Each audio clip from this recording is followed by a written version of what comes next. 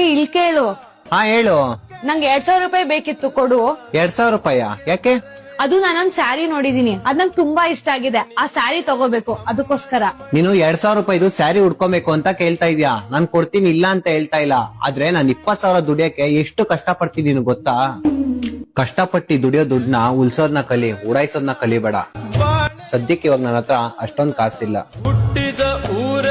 ಅನನ್ಯ, 2,000 ರೂಪಾಯಿ ಬೇಕು ಅಂತಿದ್ದಲ್ಲ, ತಗೋ 2,000 ರೂಪಾಯಿ. ಅದ್ಗೆ ಇವಾಗ ಇದ್ರ ಅವಶ್ಯಕತೆ ಏನಿತ್ತು? ಅವಶ್ಯಕತೆ ಎಲ್ಲ ಬಿಟ್ಬಿಡು. ಈ 2,000 ರೂಪಾಯಿ ಇಟ್ಕೋ. ನಿನ್ ಯಾವ ಸೀರೆ ಇಷ್ಟ ಆಗಿದ್ಯೋ ಆ ಸೀರೆ ತಗೊಂಡ್ ಉಟ್ಕೋ. ಸರಿ ಅತ್ಗೆ.